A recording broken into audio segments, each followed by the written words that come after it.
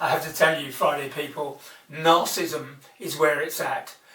Donald Trump and Boris Johnson have been worrying me for a while, but I've only just realised what it is. It's not being absurdly popular in spite of having no policies, or if I have a policy today, I'll have a different policy tomorrow, or of having past careers and achievements that bear close examination because they don't. It's the cult of personality. It's the hair, the pouting, the inability to pass a shop window without checking, quick, how do I look? Boris Johnson apparently, on seeing a camera, just fluffs his hair up. So because that's part of the image. The image is everything. It's all about style, not about content. Now, I blame Disney through to Snapchat. Bear with me, I'll show you the link between the two. Mirror, mirror on the wall, who's the fairest of them all? I think the witch asks in Snow White, 1937, long time ago. Move forward through the post-war years when suddenly cosmetics and having your teeth done all made possible for people, firstly women and then men, think Bowie, think David Beckham, to become more glamorous and more acceptable. So that by the time the technology comes along, the smartphone, the YouTube, the Snapchat, the Tumblr, the Instagram, any decent 12-year-old has got perfect teeth, no blemishes, and confident enough to show the world, this is where it's at, I am the most glamorous person in the world. So, you know the answer to this, I know. The most popular book amongst 12-year-old girls in the United Kingdom at the moment is Zoella's book on beauty and care. Zoe Sugg, who also of course has a glamorous YouTube boyfriend. The whole thing does become rather incestuous.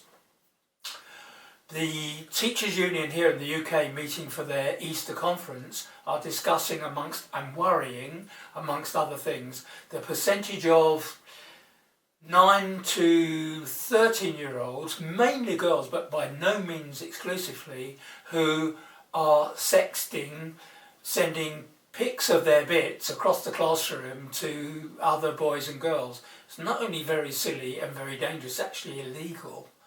And you have to wonder, why are they doing that? I know. They're doing it because the stakes in being the prettiest girl, the prettiest boy, the prettiest in between being a boy and a girl are huge in terms of self-esteem, validation, and for the next generation, of course, membership of important reference groups, the number of likes and the number of subscribers.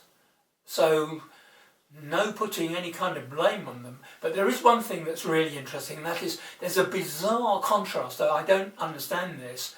On the one hand, lots of young people on all the platforms saying to other young people, be yourself, be out, be proud, listen to who the person you are, and so on, and not just LGBT folk, but others as well. Now, how that reconciles with the conforming narcissism, which at the moment is on like DEFCON 9, I'm not sure.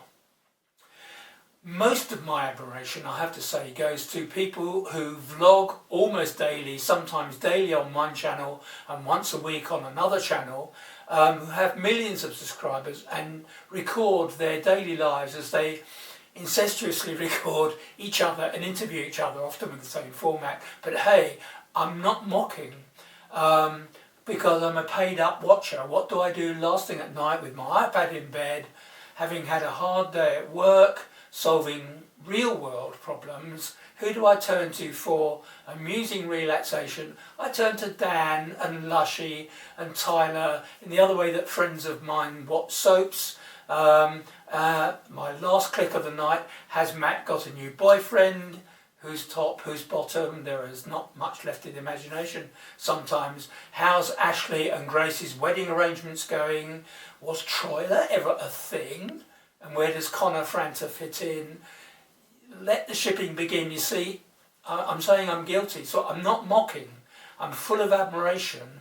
I know that it's totally absorbing, it's totally vacant, it's an invitation to a candy floss world, but I love it.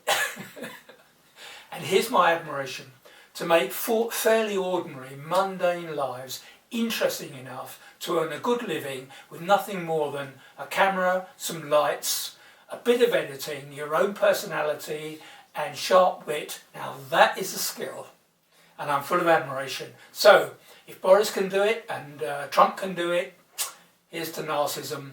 Enjoy your weekend. Okay, bye bye for now.